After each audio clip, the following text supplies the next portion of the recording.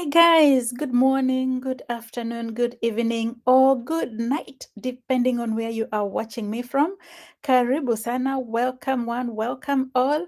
Welcome back to my channel. I know, guys, I have not been here live, and some of you have actually told me, Sharon, we're missing to see you face to face. I know there's a new podcast section on my channel. And some of you, you've been telling me, ai, kizungu mingi mingi, Sharon, hatuelewi. So my people, I am here for you. For those of you who have actually followed my podcast, thank you. If you haven't seen it, go to the podcast section and you will be able to see the podcasts that are on there with tons and tons of information. So today is another day that I have yet an interesting video for you guys, and especially with the changes that are going to be happening in January 2025 that I would like you guys to know. The information that I want to share in today's video is particularly for those of you who would like to travel to the UK and previously did not need a visa to come to the UK.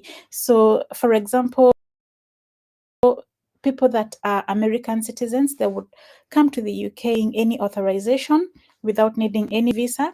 But come January 2025, there's going to be changes, and it is those changes that I want to talk to you guys about. So if this is the kind of video that you are interested in, stay tuned so that you can get to see all this lovely information that I'm going to be sharing with you.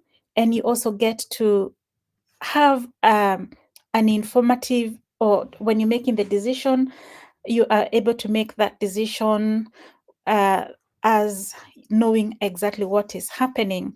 So from January 2025, people from different countries will be required to apply for an electronic travel authorization known as ETA in short. So I'm getting this information from the gov.uk website. That is the UK website where you get to know anything government related.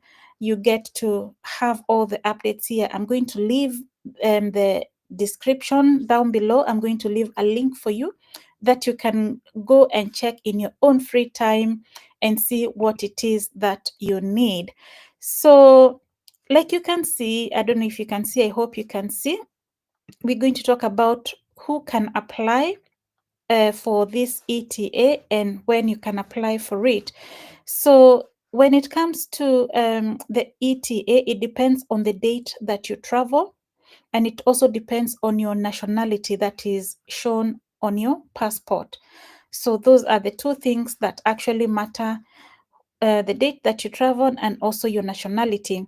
So from 8th of January 2025, the nationalities that at the moment, actually, before we come even to 8th of January, at the moment, the nationality that can apply, because there is already a trial program, if you're from Bahrain, Kuwait, Oman, Qatar, Saudi Arabia, or United Arab Emirates, you can apply now, okay? However, from 8th of January 2025, the list increases. It's going to be more nationalities that are going to be added, and you're going to need an ETA to travel to the UK. So if you're from Antigua and Barbuda, Argentina, Australia, Belize, Botswana, I'm going to jump because it's quite a lengthy list. There is Canada. I'm going to state the people that I know normally watch me.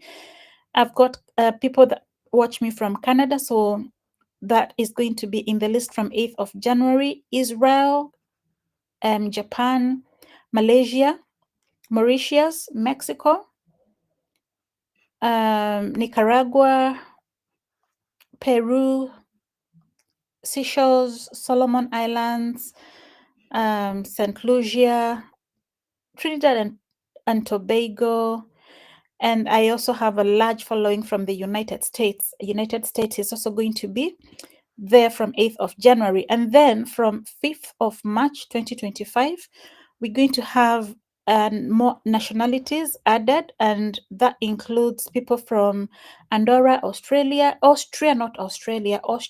Belgium. I have people that watch me from Belgium, Croatia, Czech or Czechia, Denmark, Finland. I have friends from Finland, France, Germany, Greece,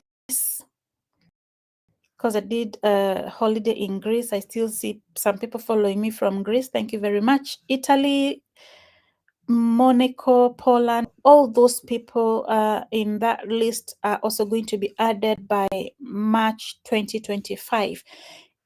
There's a long list. Again, I'm going to leave the link down here below so that you can go and check it in your own free time. But if your country is not in the list, for example, Kenya, have a large following from Kenya and Kenya was not on the list, that means you cannot get an ETA, and therefore you might need a visa, which normally most people from Kenya would need to apply for, and that is exactly what you would need to do to come to the UK. Just do what you used to do previously. This only affects the people who didn't need an ETA previously. So, for example, people from the US would just come and they wouldn't need a visa, but now that is going to be changing. They will need that ETA. You need to apply. And the other question is, who does, of course, I think I've already talked about which nationalities need and who does not need an ETA. What you need to do is to apply for a visa as you would normally. So the other question would be, what can you do with an ETA? What you can do with ETA.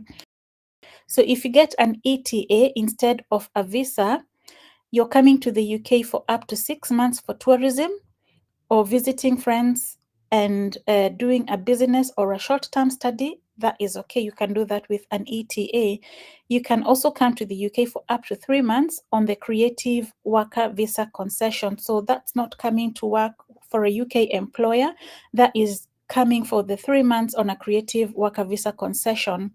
Or if you're coming to the UK for a permitted paid engagement, sometimes maybe people who come to do music, they apply for that business visa. You know, wasanii sometimes wanakujanga from Kenya and they normally have a permit to engage with, to have a paid engagement. So you can do that with an ETA.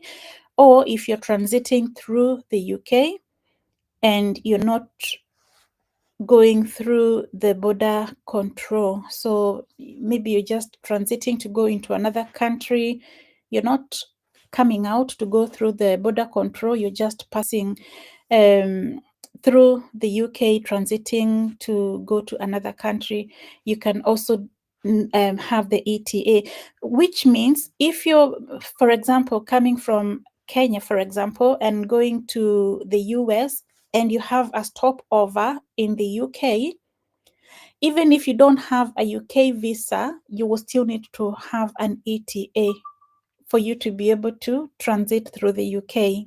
Okay, so important that you know that. So if you're going to the US and you're having a stopover in the UK and you don't have a visa to enter the UK, you don't actually need a visa to enter the UK, but you do need an ETA to have that transit.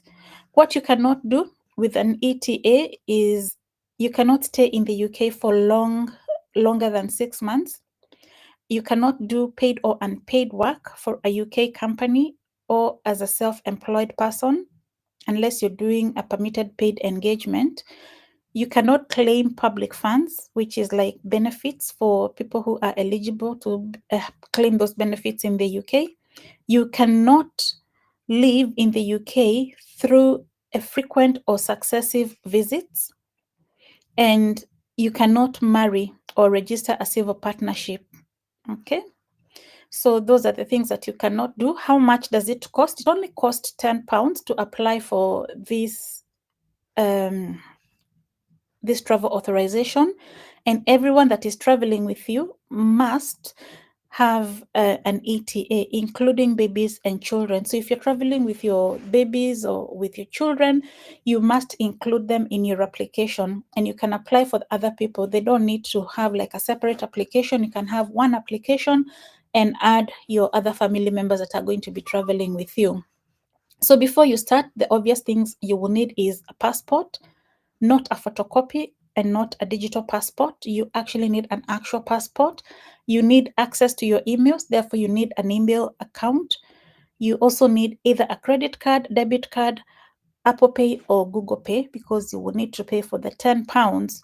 You'll also need to upload or take photos of your passport and of the face of the person that is going to be making that application. So there is a link down here where you can download on App Store to apply for an ETA, or you can also download it from Google Play from right here. So there's an app that you can download on your phone and make that application. And there's also the guidance on what you do. And if you don't have the app, you can just click on this link here and apply online. So those are the ways that you can come to the UK, and obviously those changes are happening from January 2025. And I thought, let me just come and give you that information so that you are well informed before you make your travel plans, before you book your flights. You have that information at hand. And guys, that is it. And I think this is going to be the last video of this year 2024. Thank you for all the support. I love you. I love you so much for all the support that you guys have given me throughout this year 2024.